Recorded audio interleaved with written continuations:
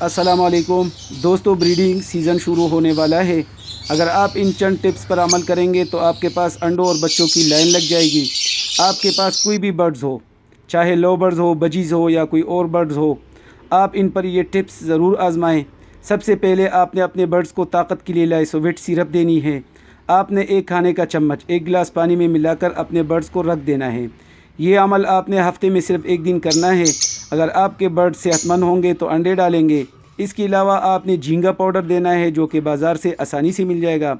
आपने झींगा पाउडर को रोज़ाना सॉफ्ट फूड में थोड़ा थोड़ा मिलाकर देना है। इसके अलावा एक और दवाई है जो ब्रीड के लिए बहुत ही अच्छी है, सोलोविट डी ब्रीडर।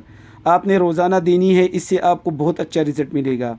इन सब टिप्स को फॉलो करने से पहले एक ज़रूरी बात यह है कि अंडों के लिए आपके बर्ड्स की एज पूरी होनी चाहिए। लो बर्ड्स का 9 माह से लेकर 1 साल तक एज होनी चाहिए। दूसरी बात बताने से पहले, अगर आप हमारे चैनल पर नए हैं तो बराए मेहरबानी सब्सक्राइब कर लीजिए, ताकि आपको इसी तरह की वीडियोस मिलती रहे। दूसरी बात यह है कि अगर आपके बर्ड्स एक पेयर बन गए हैं और अभी तक अंडे नहीं डाले तो इसकी एक और वजह भी है।